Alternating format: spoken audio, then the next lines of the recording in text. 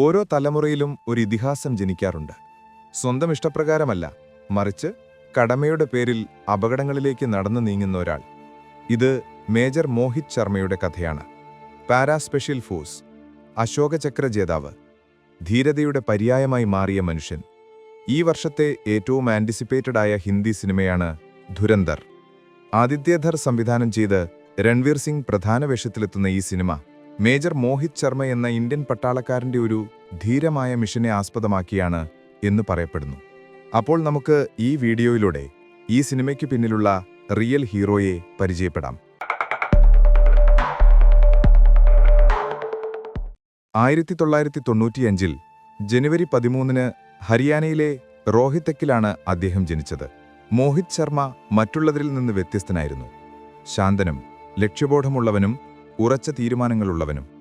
മറ്റു കുട്ടികൾ സുഖസൗകര്യങ്ങളെക്കുറിച്ച് സ്വപ്നം കണ്ടപ്പോൾ അദ്ദേഹം സൈനിക യൂണിഫോമിനെക്കുറിച്ചാണ് സ്വപ്നം കണ്ടത്. 1995 അദ്ദേഹം നാഷണൽ ഡിഫൻസ് അക്കാഡമിയിലും പിന്നീട് ഇന്ത്യൻ മിലിറ്ററി അക്കാഡമിയിലും ചേർന്നു. അവിടെ അദ്ദേഹത്തിന് മൈക്ക് ആൽഫ എന്ന വിളിപ്പേര് ലഭിച്ചു. 1999 മദ്രാസ് റെജിമെന്റിൽ കമ്മീഷൻ ചെയ്തു. പിന്നീട് ലോകത്തിലെ തന്നെ ഏറ്റവും കടുപ്പമേറിയ സെലക്ഷൻ നടപടികളുള്ള പാരാച്യൂട്ട് റെജിമെന്റിലേക്ക് വോളണ്ടിയർ ചെയ്തു.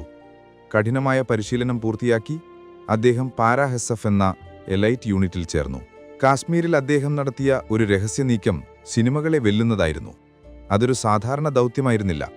മേജർ ശർമ്മ വേഷം മാറുക മാത്രമല്ല, ആ കഥാപാത്രമായി ജീവിക്കുകയായിരുന്നു. അദ്ദേഹം മുടിയും താടിയും നീട്ടി വളർത്തി, കാശ്മീരി ഫെറാൻ ധരിച്ചു. ഷോപ്പിയാനിലെ മാർക്കറ്റിലൂടെ ആർക്കും സംശയം തോന്നാത്ത രീതിയിൽ നടക്കാൻ പ്രാദേശിക ഭാഷയും രീതികളും അദ്ദേഹം സ്വായത്തമാക്കി. ഇന്ത്യൻ ആർമിക്കെതിരെ പോരാടാൻ ആഗ്രഹിക്കുന്ന ഇഫ്തിഖാർ ഭട്ട് എന്ന ഒരു വ്യാജ വ്യക്തിത്വം അദ്ദേഹം ഉണ്ടാക്കി. ഹിസ്ബുൾ മുജാഹിദീൻ എന്ന ഭീകര സംഘടനയുമായി അദ്ദേഹം ബന്ധം സ്ഥാപിച്ചു. അവരെ കാണുക മാത്രമല്ല, അവരോടൊപ്പം ജീവിച്ചു. ആഴ്ചകളോളം അവരുടെ താവളങ്ങളിൽ ഭക്ഷണം കഴിച്ചും ഉറങ്ങിയും അദ്ദേഹം കഴിഞ്ഞു.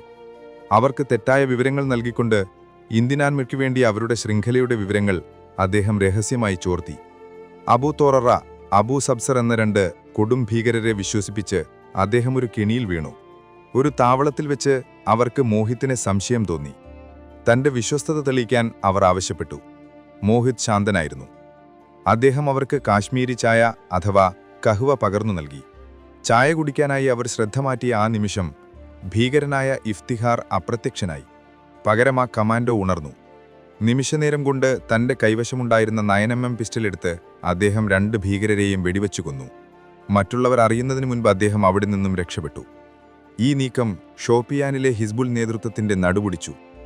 വർഷങ്ങൾക്ക് ശേഷം മേജർ പദവിയിലായിരുന്നപ്പോൾ കുപ്വാരയിലെ ഹഫ്രൂദ കാടുകളിൽ നുഴഞ്ഞുകയറിയ ഭീകരരെ നേരിടാൻ അദ്ദേഹം ഇറങ്ങി.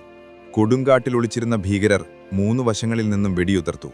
തന്റെ സഹപ്രവർത്തകർ അപകടത്തിലാണെന്ന് മനസ്സിലാക്കിയ മേജർ സ്വന്തം സുരക്ഷ നോക്കാതെ അവരെ രക്ഷിച്ചു. ഇതിനിടയിൽ അദ്ദേഹത്തിന് നെഞ്ചിൽ വെടിയേറ്റു. സാധാരണ മനുഷ്യർ തളർന്നുപോകുന്ന മുറിവായിട്ടും അദ്ദേഹം പിന്മാറിയില്ല. മാരകമായി മുറിവേറ്റിട്ടും ആ ബോധം മറയുന്ന അവസ്ഥയിലും അദ്ദേഹം അസാമാന്യമായ ധീരത കാണിച്ചു. അവസാന ശ്വാസത്തിൽ അദ്ദേഹം ഒരു ഗ്രനേഡ് എറിഞ്ഞും 2 ഭീകരരെ കൂടി വധിച്ചു.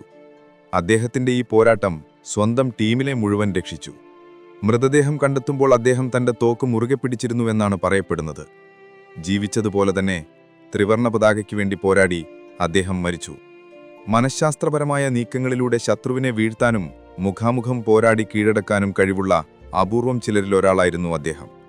അദ്ദേഹത്തിന്റെ അസാമാന്യമായ ധീരതയ്ക്ക് രാജ്യം സമാധാനകാലത്തെ ഏറ്റവും വലിയ സൈനിക ബഹുമതിയായ അശോക ചക്ര നൽകി ആദരിച്ചു. മേജർ മോഹിത് ശർമ്മയുടെ കഥ ഇന്നും ആയിരക്കണക്കിന് സൈനികർക്കും യുവാക്കൾക്കും പ്രചോദനമായി നിലനിൽക്കുന്നു.